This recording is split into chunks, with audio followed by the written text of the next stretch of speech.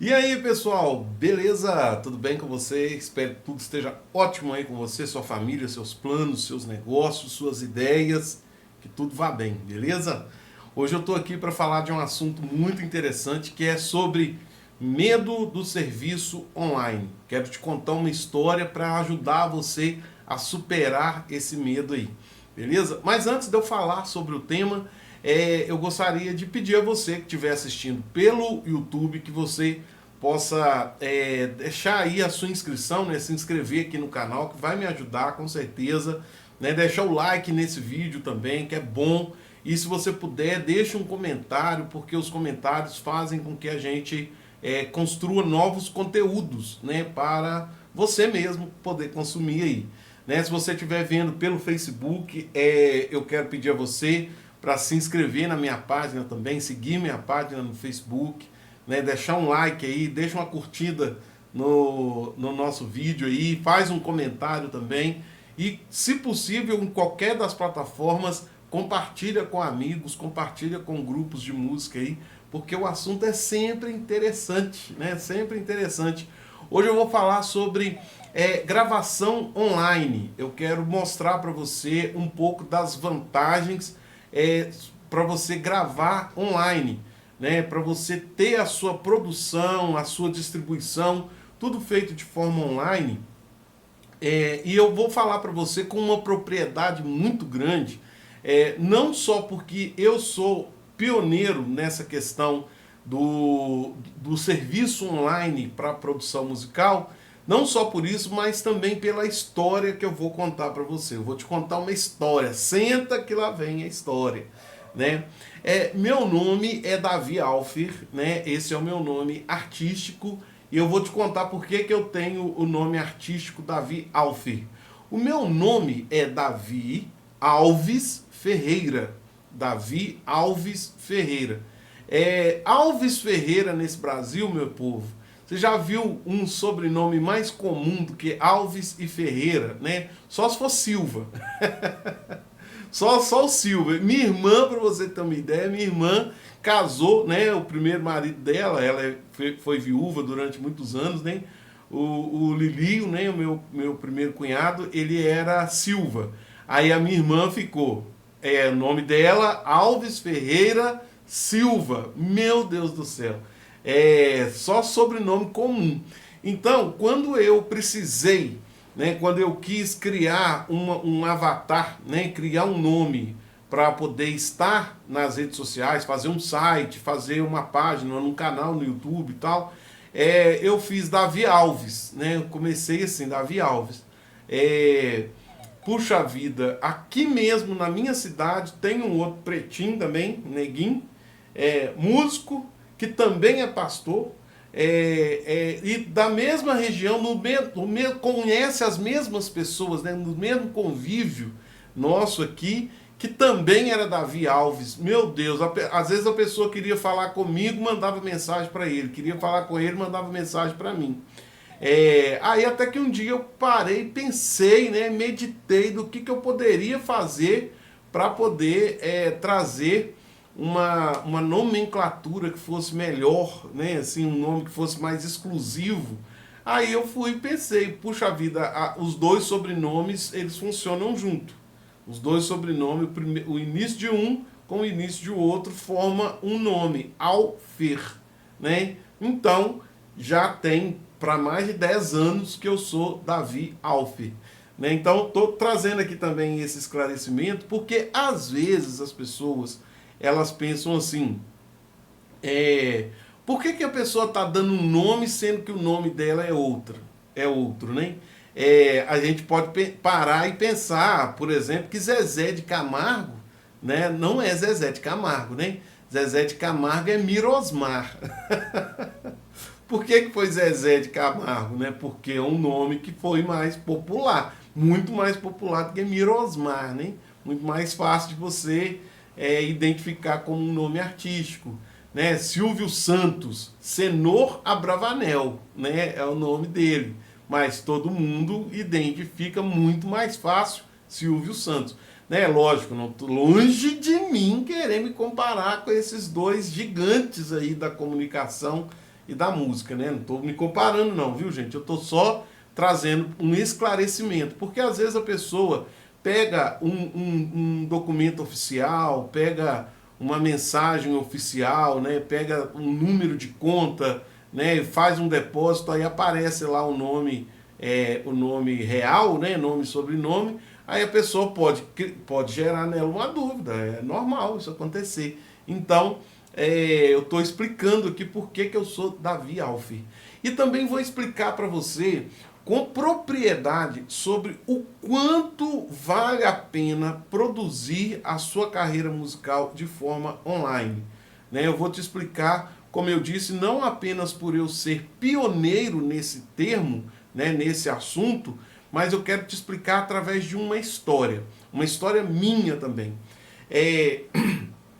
Eu, há muitos anos, né, mais precisamente no ano de 95, eu fui agregado a uma banda que eu tinha muita vontade de pertencer. Eu já falei isso aqui em outros vídeos, né?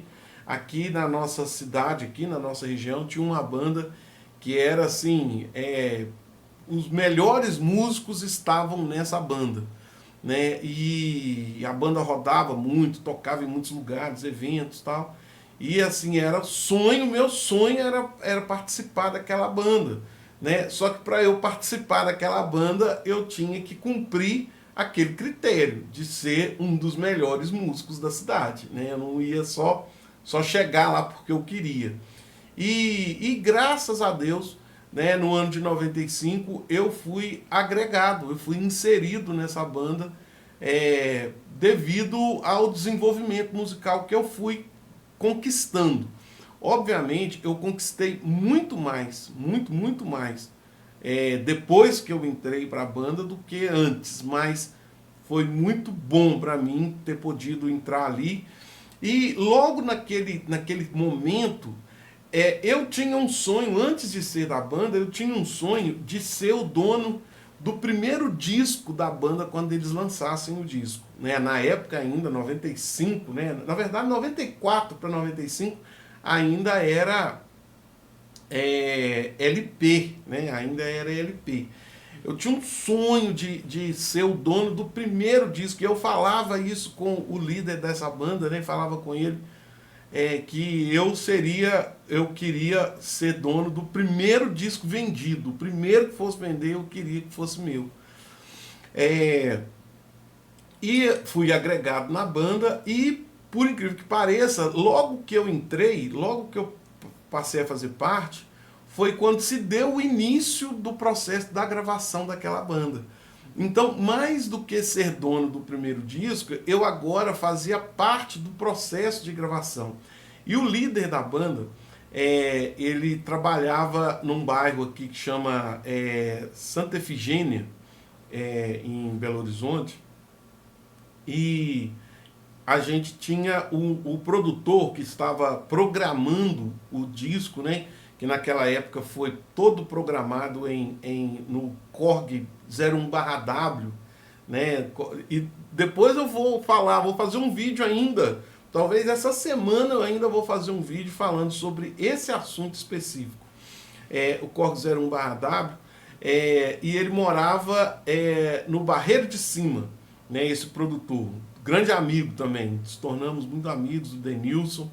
E o Robinho, ele vinha lá do centro, né, lá do Santa Efigênia, para cá, e a gente se encontrava aqui próximo e íamos para o Barreiro de Cima, que é o outro bairro onde morava o Denilson. Isso aí era por volta mais ou menos de 7 da noite, né, 7 da noite. Então, a gente chegava lá na porta do Denilson por volta de 7h30, 7h40, assim, a gente chegava lá. E o Denilson, nessa época, era taxista. Então, ele, além de fazer as produções, ele também era taxista. Então, ele ainda estava chegando também. Né? Então, geralmente, a gente parava, sentava lá, esperava uns minutos, né? O Robinho e eu, o Robinho, que era o líder da banda, e eu, esperávamos ali, ficávamos parados esperando, aí o Denilson chegava tal, aí que a gente ia começar o processo, ó, essa música é assim, assim, pega o violãozinho, né, pega o outro teclado, mostra tal, vamos fazendo. Quer dizer, a gente tinha um processo ali até 10 da noite, né? A gente tinha um processo até 10 da noite e depois aquele processo parava e esperava até semana que vem. Se a gente tivesse feito a introdução da música, se a gente tivesse programado a introdução da música, ela ficava salva num disquete ali e semana que vem a gente continuava aquele trabalho. E isso aí foi assim mais ou menos o período de um ano, mais ou menos o período de um ano, né? Porque era muito lento, o processo era muito lento. E a gente fazendo 10 músicas, né? Você tem uma ideia, né, o tanto que isso poderia demorar. Você fazia a introdução, aí semana que vem você voltava, revisava a introdução e fazia a primeira estrofe.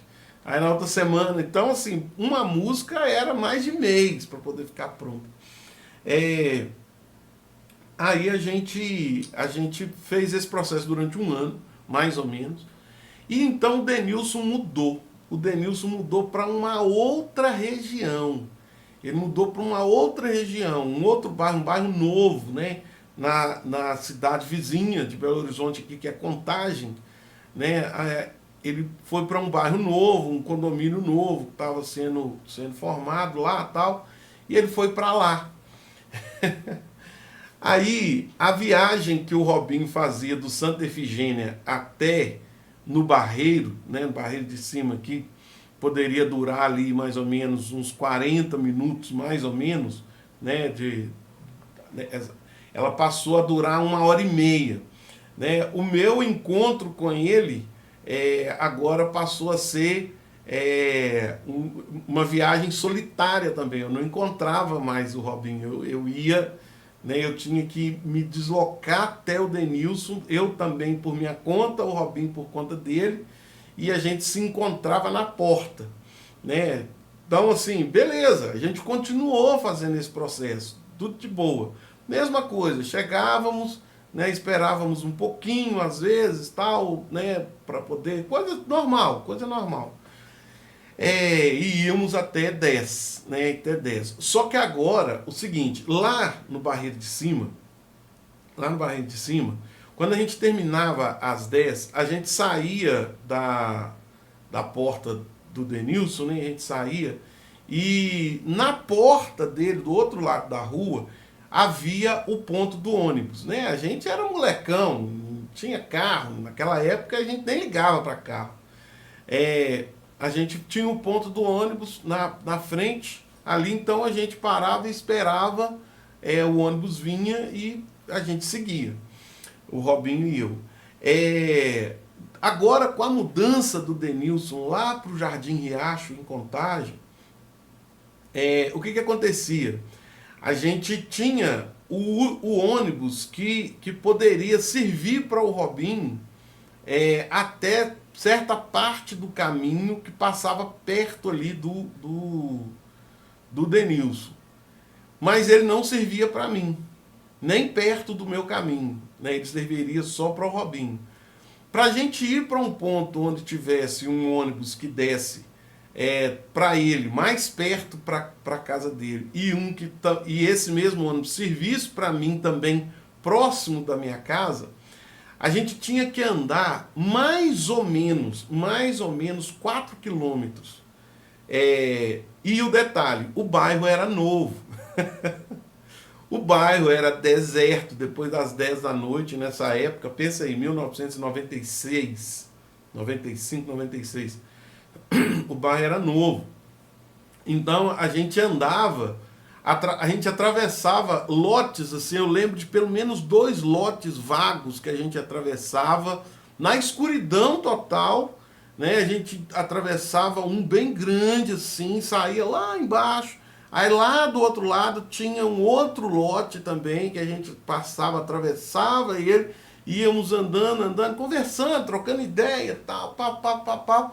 E chegávamos na BR, né, na rodovia Fernão Dias, né, que é onde teria um ônibus que sairia do Carrefour, né, o hipermercado Carrefour, que era ali na Fernão Dias, naquela região.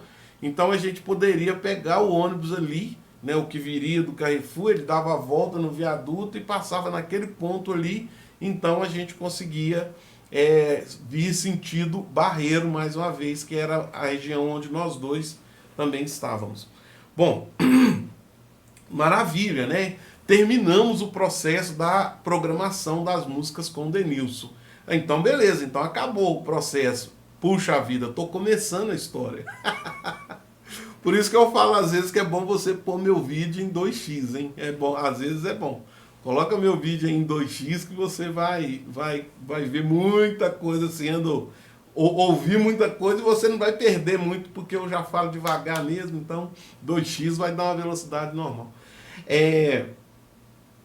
Aí nós terminamos o processo da programação eletrônica do disco. Agora tinha a parte da gravação. A parte da gravação, a parte dos instrumentos ao vivo, que ia entrar, os instrumentos reais, né? Agora tinha a parte das vozes, mixagem e tal. Meu Deus! Aí encontramos um estúdio num bairro chamado Padre Eustáquio, aqui em Belo Horizonte. O Padre Eustáquio é um bairro relativamente próximo do Barreiro, né, que era a região onde a banda estava, relativamente próximo, mas muito assim, na época principalmente, não havia muito acesso de ônibus, era uma ou duas linhas no máximo que passava perto, próximo de onde era o estúdio. Então, gente, qual era a realidade? A realidade era, a gente tinha o estúdio marcado de 7 às 11, né, o período de 4 horas. O estúdio marcado de 7 às 11, 7 da noite às 11 da noite. Aí o que a gente tinha que fazer? Cada um, de onde estivesse, né, do lugar que tivesse, saía do seu local e ia todo mundo em direção ao Padre Eustáquio, chegávamos lá, nos encontrávamos ali e fazíamos, né, trabalhávamos ali de 7 até 11 horas da noite, fazendo o trabalho da gravação. Isso aí também, naquele tempo que não existia computador gravando, era tudo no dedo. Então, assim, os processos eram muito lentos, né? Tudo que você ia fazer tinha um botão de uma mesa, tinha um aparelho do lado de lá, a fita deu problema. Não era fácil, não era um processo fácil, era um processo muito legal, muito orgânico, sim. Não desmereço isso, porque realmente era. Mas, para falar a verdade para vocês, era muito cansativo. Sem contar que o seguinte, vinha todo mundo, cada um do seu serviço, né? Cada um do seu trabalho e tal, para se encontrar ali. O mínimo, né? Depois do cansaço, era o quê? Fome. Era fome. E juntando isso aí, o cansaço e a fome, né? Vinha também a falta de dinheiro. A gente não tinha dinheiro, não tinha grana, não tínhamos grana. Era todo mundo duro. E aí o que a gente fazia? A gente fazia vaquinha ali, cada um, né, dava ali os seus poucos centavos ali que tinha. Aí tinha perto do estúdio, assim, saía na rua, tinha uma vendinha na esquina ali, né? Aí a gente ia lá, comprava pipoca, e aqui em Belo Horizonte tinha um refrigerante chamado Del Rey. Ele vinha numa garrafa, tipo garrafa de cerveja. O Del Rey, ele tinha sabores, né? Guaraná, uva, laranja. Né? Aí a gente comprava uma pipoca e comprava um Del Rey, né? Pra gente poder lanchar ali, né? A galera ali, como eu disse, a maioria menino, menor de idade além de tudo. A gente então fazia aquele lanche ali mais ou menos, aí por fim minha mãe começou a perceber que eu estava passando muitas noites sem comer, né? E percebeu que se eu estava, meus companheiros também estavam, tal. Aí minha mãe passou a me perguntar, né? Toda tarde, né, ela me perguntava: hoje vocês vão pro estúdio? Hoje vocês vão gravar? Ah, hoje nós vamos gravar. Aí minha mãe, né, meu mulher abençoada, né, ela ia para a cozinha e preparava um bolo, né? Preparava um bolo, fazia um bolo ali, assava, cortava os pedaços, fazia uma marmita, né? E eu ia para o estúdio, gravar no estúdio com uma marmita de bolo. Puxa vida, gente, que história boa, né? É boa, para mim é uma história boa, é saudosa. Mas a gente chegava lá, agora eu chegava com a vasilha de bolo, puxa vida, aí a gente fazia a vaquinha agora só para comprar o Del Rey. Aí parava um determinado momento, né, quando era lá para as 9 da noite, assim, a gente parava, né, uns 15 minutos, 20 minutos, ia lá, né, na cozinha do estúdio lá e a gente comia aquele bolo. Poxa vida, que bom, com fome nós não vamos ficar mais, né? Aí tinha a mãe do guitarrista também, a mãe do Edson, do Elcinho, que também, inclusive, um abraço e um beijo para dona Santa. Essa chama Santa, é o nome dela, irmã Santa, dona Santa. Ela fazia também, né, de vez em quando ela mandava pra gente um lanche, né, uma coisa assim preparada. Né, as mães estavam sempre junto da gente, ali, sempre próximos a nós, ajudando a gente a desenvolver o trabalho. Mas esse estúdio que nós fizemos o trabalho, começamos o trabalho, ele teve um problema. Ele teve um problema. Eu até hoje não sei se foi um problema técnico, se foi um problema... Não sei. Eu só sei que esse problema, ele impediu a gravação de continuar. Então, o diretor, né, que estava tomando conta da nossa produção, pegou as fitas e procurou um outro estúdio. E esse outro estúdio ficava no bairro Santa Efigênia, lá naquele onde o Robinho trabalhava, né? Só que o bairro Santa Efigênia, né, para você que não conhece Belo Horizonte, nós, né, a banda era da região do Barreiro, né? E o bairro Santa Efigênia é o bairro que está assim, o centro de BH, o Barreiro está aqui, zona oeste, né? E tem o centro de Belo Horizonte e zona leste na verdade, zona sul, né? Tá do outro lado, né? O bairro Santa Efigênia. Então a gente tinha que atravessar a cidade. Então a gente pegava um ônibus, descia no centro de Belo Horizonte, aí a saga continuava. A gente descia no centro de Belo Horizonte e a gente tinha que atravessar o centro até a região hospitalar, atravessar para chegar lá no outro estúdio. E o outro estúdio tinha uma característica. Tinha uma característica que o horário mais cedo dele, à noite, né, o horário que ele tinha mais cedo era às 8. Então o período de gravação era de 8 à meia-noite. Meu Deus do céu, de 8 à meia-noite. Beleza, para 8 horas para você chegar, ótimo. E para meia-noite, agora na hora que termina, como é que faz? Para você voltar todo o trajeto até o centro de Belo Horizonte, para você poder pegar os ônibus, tomar os ônibus que te trariam agora para outra região, para o lado de cá. E os ônibus tinham horário final, né? Chegava certo horário, não tinha mais ônibus. Então era uma correria, a gente terminava e saía correndo. Gente, muito doido. Fizemos o disco, foi bom, foi um processo extraordinário, foi gostoso, foi um prazer, foi uma satisfação pegar o primeiro CD da caixa. Demorou tanto tempo que passou de LP para CD, para você ter uma ideia. Para você ter uma ideia, antes eu queria o primeiro disco, eu peguei o primeiro CD na caixa, que era um sonho pessoal meu. Inclusive fui roubado. Vocês acreditam nisso? Eu fui roubado desse CD, meu Deus do céu. Mas, por que eu estou dando toda essa história, estou contando toda essa história para chegar no assunto que eu falei que ia comentar, sobre o prazer e o privilégio de gravar online? Gente, pensa só que nos tempos de hoje, 2024, pensa o que é você, por exemplo, ter que andar meia-noite no centro de uma cidade, de uma capital, de uma grande metrópole. Pensa o que é você ter que andar meia-noite com um instrumento na mão, atravessando lotes vagos num bairro novo que está se formando aí numa cidade vizinha à cidade onde você mora, ou de repente até aí onde você mora, carregando instrumento, passando tarde da noite, sozinho. Imagina isso, pensa o que é isso nos dias de hoje. Pensa o que é você ter que fazer esse deslocamento por mais de um ano para produzir 10 músicas. Gente, hoje não precisa de nada disso. Hoje nós vencemos essa fase.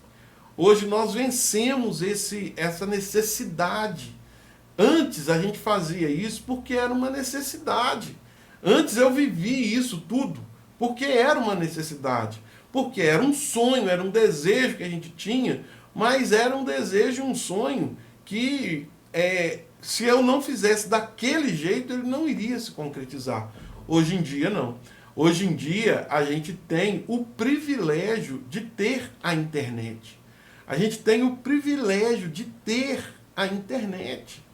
Gente, olha para vocês verem o quanto é vantajoso a gente produzir online.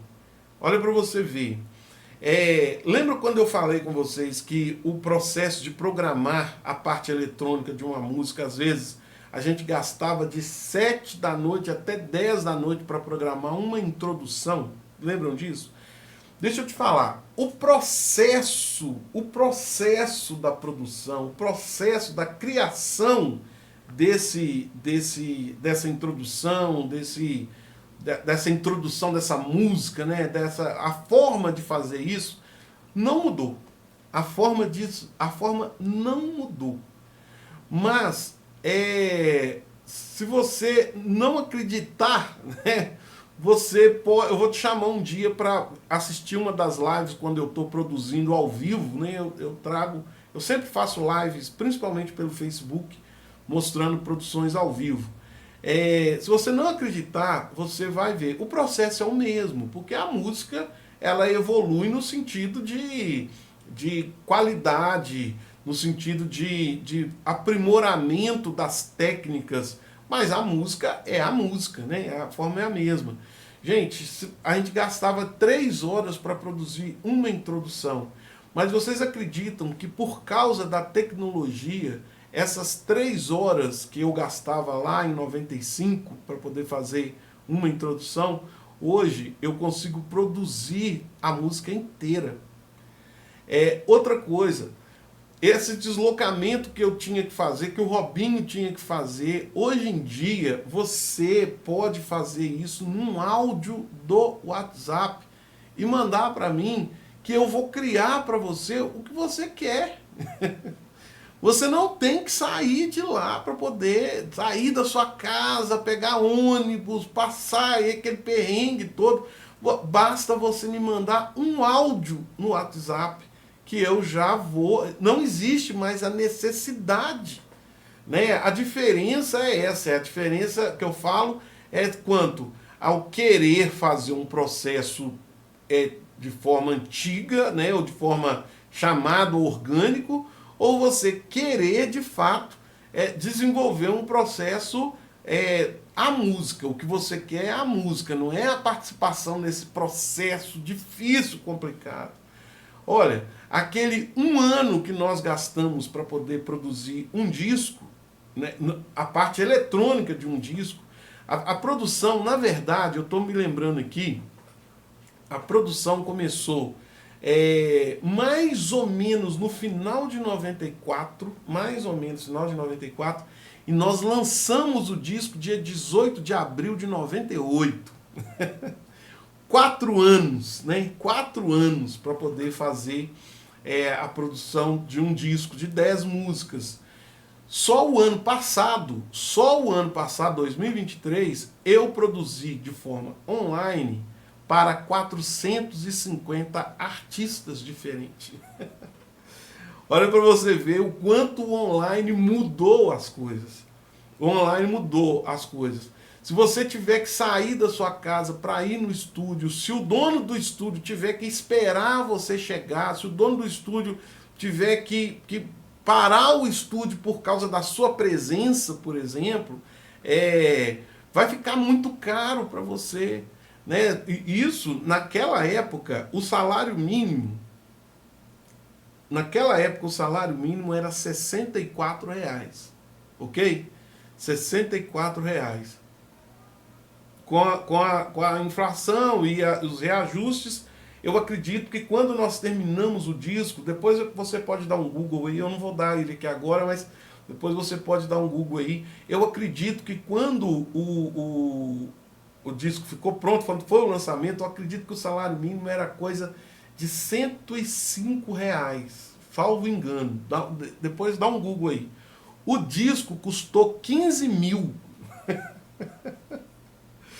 15 mil, com a gente comendo pipoca tomando Del Rey, ou bolo que minha mãe e a mãe do Edson fazia. Meu Deus do céu, como que pode isso? Você pensa aí, 10 salários mínimos, na melhor das hipóteses, daria R$ 1.000. 100 salários mínimos, 10 mil. Nós gastamos 150 salários mínimos para poder fazer um disco naquela época, nesse formato.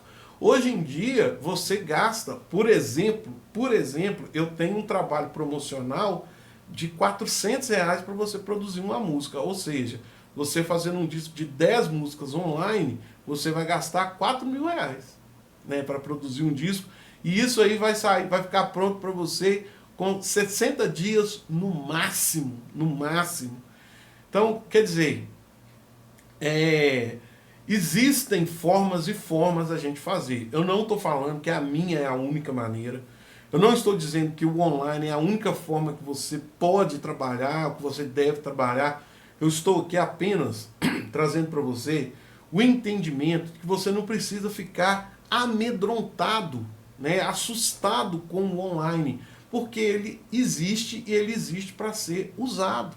Para você ter uma ideia, ontem à noite eu fiz uma negociação com um banco.